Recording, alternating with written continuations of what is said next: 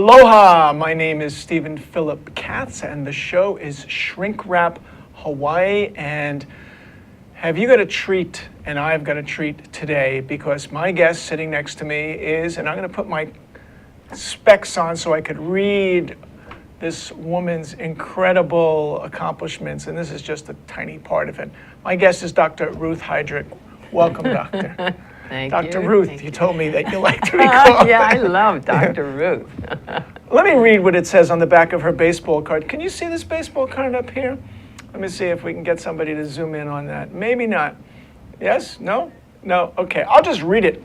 It says, winner of 900 trophies, 6 Ironman Triathlons, 8 gold medal Senior Olympics, 67 marathons, including Boston, New York, and Moscow, the Great Wall of China, world fitness record at the famed Cooper Clinic, Dallas, Texas, named one of the 10 fittest women in North America, breast cancer survivor, author A Race for Life, chef, a cookbook, raw book, senior fitness and lifelong running, co-host Healing You radio show, featured in the documentary Forks Over Knives, and that's just a quick synopsis.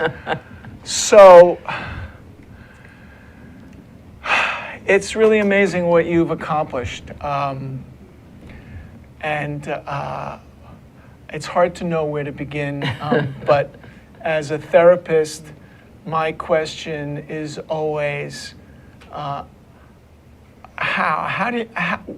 and how? Like, Why and how? Why and how? How did this start for you? Well, let me see. I guess survival, if you want to know the bottom line, survival. I started running back in 1968 when I read a book called Aerobics, and had, at the age of 33 back then, had started seeing signs of aging. Mm-hmm. I didn't like that at all, getting flabby and having trouble controlling my weight. And when I read Aerobics, and it was so logical, you know, do this and this and this. So I tried it and immediately fell in love with running. After the first time running a half a mile down the street, turning around half mile back, and I felt energized, and I thought, this is the answer to health. That worked for 14 years. Then the lump in my breast right here, and it turned out to be cancer. And that's the story that I tell in A Race for Life. Couldn't believe that a marathoner by this time could have cancer. And that's how the diet came about. Chef, which is the cookbook that I wrote, cheap, healthy, easy, and fat-free, because, you know, eating is such an integral part of our lives. It should be enjoyable, delicious, healthy. You shouldn't have to take medications to lower cholesterol, to control blood sugar. Diabetes, totally reversible with diet. Dementia, more and more research is showing that you can prevent and possibly do some reversal. We're not sure about that yet. So, but bottom line, survival. I found the exercise that worked for me and a lot of other people, and the diet that is now still struggling. We haven't convinced everybody. How did you stumble upon this diet? Right after the breast cancer diagnosis, I was still rolling in shock on how this could happen, not sure if I was going to live or die. The doctor said, we don't know if you're going to have 3 months, 3 years, because it has spread. And I started thinking, what am I going to do now? And I saw this notice in the newspaper that said, wanted women with breast cancer to participate in diet research study. And so I thought, diet, I wonder if that, no, because I studied nutrition in university, and no, I eat a very healthy diet. But I'm gonna check and find out. So I called this number, 262, Kailua Exchange. Number. Yeah, got right through to John McDougall. Now, you old-timers might remember who John McDougall is. He made some waves in the medical circles because people thought the same thing I did. You needed chicken and fish to get enough protein, you need dairy to get enough calcium, and so they all thought he was a quack. And what was he saying? that the animal products in your diet are what caused your cancer. Wow. And he's looking at my medical records, and he said, you know, with a cholesterol of 236, you are at as high a risk of dying of a heart attack as you are the breast cancer. You know, double whammy. Wait a minute. Dr. McDougall, I run marathons. This was, you remember Jim Fix wrote the Complete Book of Running? Complete Book of Running, This the was encyclopedia. the year before he died of a heart attack. Right. Runner, heart attack, so. But he lived longer than his father, right? Oh yeah, well, his father died in his 30s, so Yeah. yeah. But he had clogged arteries, Yeah. coronary arteries, all three of them were really badly clogged. And the good news about that is that would have been reversible. If Dr. McDougall could have gotten to him, would have reversed it, cleaned out the arteries. And that's what Dr. McDougall told me. He said, don't worry, your 236 is gonna come down. And sure enough, my next blood test was 3 weeks later, and it was down to 160. You dropped it, what is that, 70-something points Yeah. in 3 weeks? 3 weeks. What And was this diet? This diet was fruits and vegetables, whole grains and beans, and very few nuts and seeds because they're high fat. No olive oil, no kind of oils, cooking oil? Nope, nope. Breakfast was basically oatmeal with some fruit and apple juice instead of milk. Mm-hmm. And lunch could be, let's see, what do I have for lunch?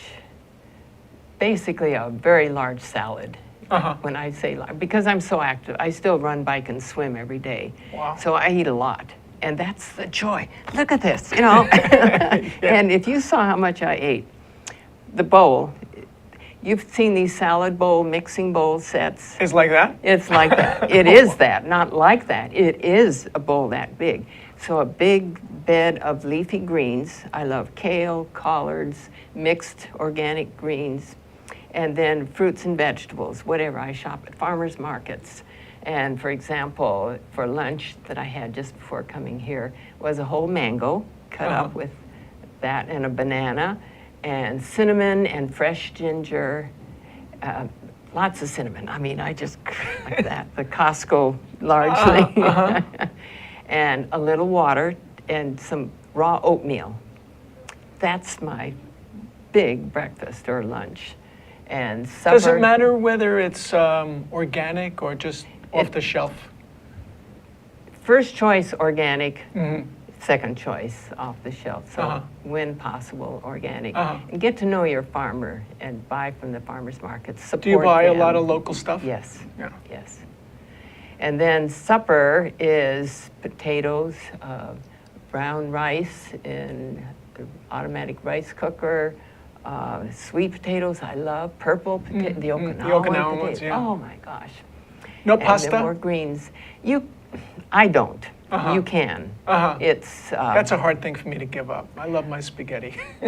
and that's fine as long as the spaghetti sauce is marinara, no meat, and preferably a whole grain pasta. So, but I stick to the whole food, whole grains. Try to stay away from anything that's processed. It comes in a package, and I say if it had a mother and a liver, don't eat it. And I go one step further, if it has a label, don't eat it. Vegetables don't have labels. That's right. Yeah, the whole Somebody, I food. remember somebody once said if it has eyes, don't eat it. Yeah, oh yeah. So this diet help with the cancer and the cholesterol? Oh my gosh. Yes. Actually, to finish up with the cholesterol, the next blood test, it was down to 129. And So you dropped, yeah. I was 116 points. Yeah. No meds. Has it no. stayed there? Yeah, yeah. It bounces around. But it doesn't go up to with it- 200. Oh, no. No. No. And that so a lot of people, I cholesterol, could hear people get in the off background say, oh, but statins. what about the protein? Like, what do you know, where are you getting your energy from? From fruits and vegetables, primarily. Yeah. That's so- really all you need. Yeah, absolutely. All plants have lots of protein. about 10% calories from protein.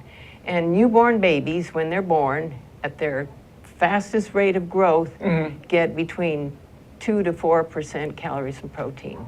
That's all. That's all. But there's a lot of fat in the mother's milk, isn't there? Not a lot, the right amount. Yeah. So we don't need a lot of fat. And speaking of that, all plants have protein, all plants have fat. Usually the average is about 10% calories from fat. So 80% good carbohydrates and 10% protein, 10% fat. 80, 10, So 10. good carbohydrates, you mean like whole grains? Well, and fruits and vegetables And fruits and are vegetables. 80% carbohydrate, every one of them. Yeah, except avocados and olives. They're a little higher. Higher in fat. Yeah. So But they're okay to eat or no? I limit them. But then I have this history of breast cancer, so I keep it low fat. So yeah, I think you mentioned to me before that you did the diet instead of the chemo and radiation for the breast cancer? Right. After I Wasn't that scary? Oh yeah, especially when I went back to my oncologist and told him the plan. He said, he said, you can't possibly get enough protein on a diet like that. You can't possibly get enough of your essential fatty acids. He referred me to another couple of doctors who all said the same thing. Each time I'd go back to Dr. McDougall, they told me this, and he said, oh my gosh, and he'd pull out data. That was the thing that really convinced me. For everything he said, it was backed up by research. And so how many other people were in this study that you were? 9. No, and what would you know how the other 8 did? You know, I have not followed them. Privacy, and plus I was busy, and I was doing so well. It was like being shot out of a cannon. I was traveling. Continental Airlines wanted to sponsor me to do the Ironman in New Zealand, and this was after I'd done Kona twice. And then when I got back, I had a first place, this great big trophy, and I showed them. And then they said, first place where? Women in New my Zealand? age group. Yeah. Oh yeah. Wow. Yeah. Wow. The diet. I kept telling people it's the diet. So they sent me to Japan, and then I went to Provo, Utah, and then had a chance to. You mentioned Athens Marathon. Right. I ran the part of the original marathon course. That's the one. Yeah. That's the one. We got to go to a break. We'll be right back. Don't touch that mouse. We'll be right back with Dr. Ruth Heidrich. Hello, I'm Crystal from Quack Talk. I've got a new show here. You've got to tune in. Check out my topics on sensitive, provocative female issues. So Tuesday mornings, 10 o'clock. Don't miss it. It's going to be fun and dangerous. Aloha, my name is Danelia, Danelia. And I'm the other half of the duo, John Newman. We are the co-hosts of Keys to Success, which is live on ThinkTech live streaming network series, weekly on Thursdays at 11 a.m. Aloha. Aloha. Aloha, my name is Josh Green. I serve as senator from the Big Island on the Kona side, and I'm also an emergency room physician. My program here on ThinkTech is called Healthcare in Hawaii. I'll have guests that should be interesting to you twice a month. We'll talk about issues that range from mental health care to drug addiction to our healthcare system and any challenges that we face here in Hawaii. We hope you'll join us. Again, thanks for supporting ThinkTech. Welcome back with my guest, Dr. Ruth Heidrich. And Dr. Ruth, as I was saying during our little break, this sounds like anybody in their right mind would do this because it helps you be healthier, it helps you run Ironmans, it helps you live longer. But us average Joes. I'm Jay Fidel, and I'm the host of Research in Manoa, Mondays from 12 to 1 on ThinkTechHawaii.com. Take a look at us and learn about geophysics, learn about planetology, learn about the ocean and earth sciences at UH Manoa. You'll really enjoy it. So come around, we'll see you then. Sorry about that. We had an unexpected message coming back with Dr. Ruth. As I was saying, I have a lot of trouble staying on a diet, that doesn't include ice cream and hamburgers and all those terrible things that are going to kill me, they tell me. And you've been saying, basically, if I want to live longer without heart disease or cancer, I should do this diet. And up Dementia. here, I'm sorry, And dementia. and dementia. Don't we want this Right, number right, one? yeah, number one. And why is it so hard for me and people like me to do this? It just seems like it makes so much sense, but Yeah, yet, yeah. you know, I'll be good for a few months, and then I'll fall off the wagon. Yeah, the main problem is you're not supported around you. Everything is against this. We're raised from age 2 or 3 to be eating dead animals, and it just continues on through the education. Even our dietitians are still taught about this protein, which is pretty sad. Most doctors don't know. There are very few exceptions. Doctors like John Houck, John McDougall, Terry Shintani. Right, he's great. Yeah, will tell you this is the diet for humans. And so it makes it advertising. Oh my gosh, advertising. You, you look at TV and you see ads for all these bad foods Right. on the one hand, Yeah. and then all these drugs Right. that you need Right, to take. so what you're saying is one of the problems is there's no cultural. money incentive Well, for that's- people to eat right. The culture doesn't support the change, and the money is a big one. Yeah, Right. yeah. The- So, Agribusiness and the pharmaceutical companies all go the other way, of course. oh yeah. And the lobbyists in Right. Washington, so Right. even our politics doesn't support it. In my case, what made it easy was the medical gun to my head, almost literally, because he said, you know, even if you did have chemo and radiation, ask your oncologist for any evidence that it extends life, because it doesn't.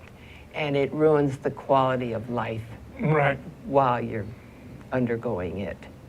And But underneath, there's something about you. I mean, the fact that even before all of this happened to you, you just seem to be the kind of person that strives Yeah. to be the top of whatever it is you're doing. Do you have any Yeah. idea what that's about? Why? If we could bottle that. well, I was the oldest of 4, Uh-huh. and and I don't know whether it was in school. I always wanted to be, you know, straight A's, the best. And I went to school, Kailua Elementary School, Wow. and my grandmother was teaching there at the time. Uh-huh. Yeah, Oh. and so, you know, that makes you behave and be a good student. And did your uh, father also set a very high standard? Fairly, Yeah. not in education, Uh-huh. because he and my mother got married at 17. Uh-huh. So, that And they kind had you, how old were they? of- yeah. Pretty young. I was conceived when she was 16. If Uh-huh. that gives you a clue. So, Okay, you're totally honest, which is refreshing. So, anyway. what about your siblings? Have they adopted your diet? no. Why can't you ever get family to Well, listen? yeah, I know, because we're never prophets in our family and Uh-huh. hometown. And it's like I get recognized more in foreign countries, Right. like Canada. It's hard. So when you'll you know go to some somebody. foreign country and you're a celebrity, and in Kailua, like, you're just somebody else. Yeah. Yeah. In terms of what happened with the cancer, I want to pick up on Yes. that thread. I had serious bone pain. They were giving me narcotics, and I was 2 o'clock in the morning pacing the floor Oh. in agony. The Because it had bone spread. Bone pain, it had spread. My liver enzymes were sky high. They were in the 4 digits, and they, anyway, I have this tumor in my lung, which they were following. They didn't want to do the surgery because it was in a place, and he said they would have to cut open your chest. We don't know what it is, let's just follow it for a while. So I was followed for, 5 years, and it turned out that the tumor encapsulated. It's still there. It has not grown since back in 1982. The liver enzymes have been normal ever since, and the bones are fine. So this happened within weeks of the dietary change. And then right after, same time as the diagnosis and seeing Dr. McDougall's notice in the paper, I happened to be watching television.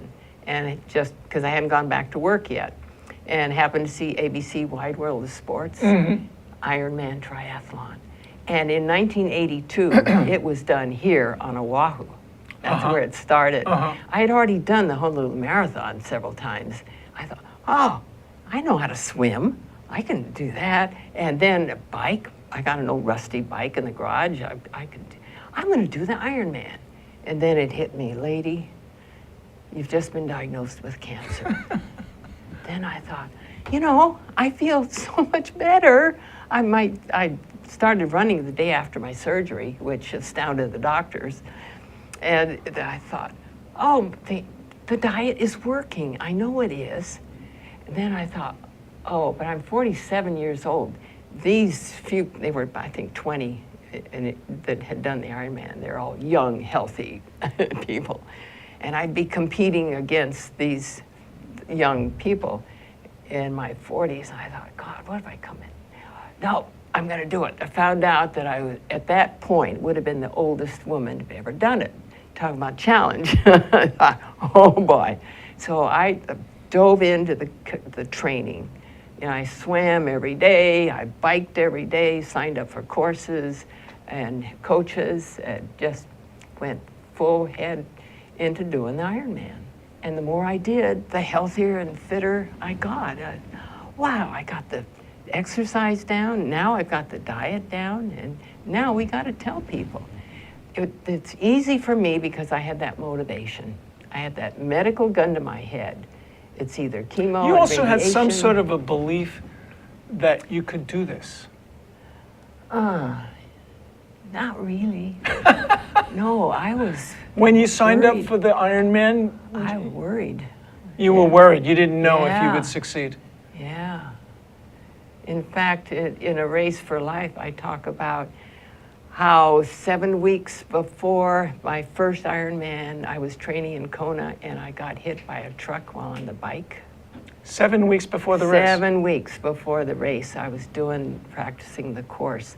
I'm in the Kona hospital, and Frank Farron, who was the Ironman physician, was there attending me, and I had shattered pelvis, concussion. They handed in the hospital, they handed me my helmet in 2 halves, so I had amnesia, which was a good thing. No fear. No fear. I wanted to get back on the road. And a broken leg. So Frank said, Dr. Farron said, there's no way you're going to be able to do the Ironman. Just forget about it for this year. Just plan on doing it next year. And I'm thinking, okay, he doesn't know about the diet. I do. This is my secret weapon. Get me in the water. So as soon as I got out of the hospital, into the pool, started water running, stationary bike, swimming, and I was recovering so fast that at, I think it was about 4 weeks, I was in for a checkup. Still on crutches now. The pelvis, an x-ray showed healing was very accelerated. It's doing really well. So I said, when can I start running? He said, try it. Stand up without the crutches and walk. I stood up and walked, and wow! I'm gonna, so, you know, that was it. I got to the start of that, 1984. This is now 2 years after. 1982, I did a 10-man. 1983, did a 10-man and a half Ironman. And 84, did a 10-man and that in 84. So anyway. 6 weeks after the accident. Yeah, 7 weeks 7 after weeks. the accident. So I'm standing there at the Kona that had moved over by 84, getting ready for the start. And I thought, I know I can do the swim because I had done the Waikiki rough water as part of my training. And if I have to stop there, that's okay. And then I'd done the bike, stationary bike. And yeah. All your training was on the after the accident. Yeah, yeah. And so I thought, well, you know, if I have to drop out of the bike, that's okay too. And as it turned out, the swim was fine, the bike was fine, and I thought then, now, I had not run for 7 weeks. Really? His fracture. And so I thought, the way it was set up, the King, if you know the Kona, the start was at the King Cam Yeah, there, yeah. and the Keauhou Kona was Okay. where the transition was. So it's 6 miles. Uh-huh. And I ended up there, all my stuff's there, and I knew I couldn't run a marathon at that point. So I thought, well, I'm gonna run back to the King Cam where the finish is. So I started walking, and then a little bit of run, a little bit more run, a little bit more run. I thought, wow, it's working. Got to the King Cam, and then there's a steep hill up to the Queen K Highway. Yeah. And I started running up it. And I got to that point, I thought, maybe I can keep going. Got to the airport, and I thought, wow. And ended up doing the whole thing, 14 hours, 47 minutes. And I thought, oh, this diet is so powerful. And I started getting some publicity. The Poly Times was one of those local papers. They had a front page story. And I took that to Dr. McDougall. Now, see, this is before all of the publicity about Continental and going to, Yeah. this is what led to Continental Right. taking a look at this crazy woman. So, but that's very interesting because people think, including myself, just before you told this story, that believing you can do something is a big part. But you said, I didn't know, and you just said, well, I'll just go and see what happens. Yeah, That's a very important lesson, yeah. is that, you can have doubts, lots of doubts. Yeah. Because I think that's, a lot of people let that stop them, like the fear of failing, of not completing a whole, whatever it is, writing a book, running a race, Yeah. changing your diet. Maybe it's like a one day at a time kind of thing. Most of the emails I get from my website, which incidentally is ruthheidrich.com, is from people, most of them are from people who have just gotten a diagnosis of some kind. There's Chris in London, who we've been emailing back and forth. He is 39 years old. He's overweight. He's been put on drugs. He's got a 10-year-old son. He's afraid that he's not going to live much longer because of all his problems. He wants to change his diet. And so with somebody helping, I mean, I don't think you can just buy a book and do it by yourself. You really need to establish rapport with someone who's done it, and there are lots of us around. I mentioned the local doctors, but Yeah. there's So then the takeaway here is you need to get some help from somebody. support. And is, I could talk to you for the rest of the day, but they told me that my time is up. already. And it's taken me 3 or 4 months to get you on here because you're still traveling all over the world. And I just really wanted to thank you, Dr. Ruth, It's for been coming on the fun. show. Thank you for It's really doing been this an honor. important Thank you. subject. Thank you so Save much. people. Okay.